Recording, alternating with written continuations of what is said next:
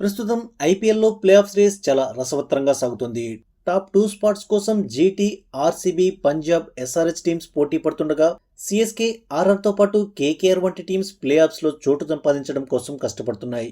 ఈ క్రమంలో నిన్న అహ్మదాబాద్ వేదికగా సన్ రైజర్స్ హైదరాబాద్, జీటీ మధ్య జరిగిన మ్యాచ్ పూర్తిగా వన్ సైడెడ్గా సాగింది.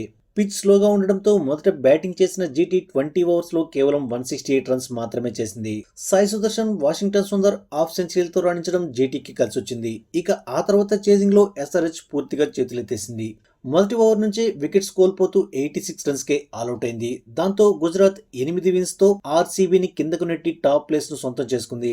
ఈ క్రమంలో మ్యాచ్ పూర్తయ్యాక గుజరాత్ విజయంపై కెప్టెన్ శుభ్మన్ గిల్ మాట్లాడుతూ, టాస్ సమయంలో నేనేదైతే చెప్పానో అదే జరిగింది. ఈ వికెట్ పై 170 రన్స్ చేయడం కష్టమే, అందుకే మేము 160 నుంచి 170 రన్స్ టార్గెట్ గా పెట్టుకున్నాం.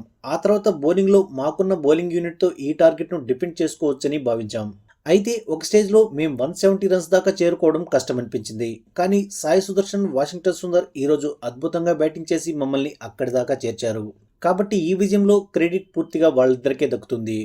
ఇక చేజింగ్లో సన్ రైజర్స్ లాంటి స్ట్రాంగ్ బ్యాటింగ్ లైనప్ను దెబ్బతీయడానికి మేం పక్కాగా ప్లాన్ చేశాం. ముఖ్యంగా వాళ్ళ టాప్ 3 బ్యాటర్స్ను అవుట్ చేయడం కోసం ప్రత్యేకంగా ప్రణాళికలు రచించాం. అవి పర్ఫెక్ట్గా వర్కౌట్ అయ్యాయి.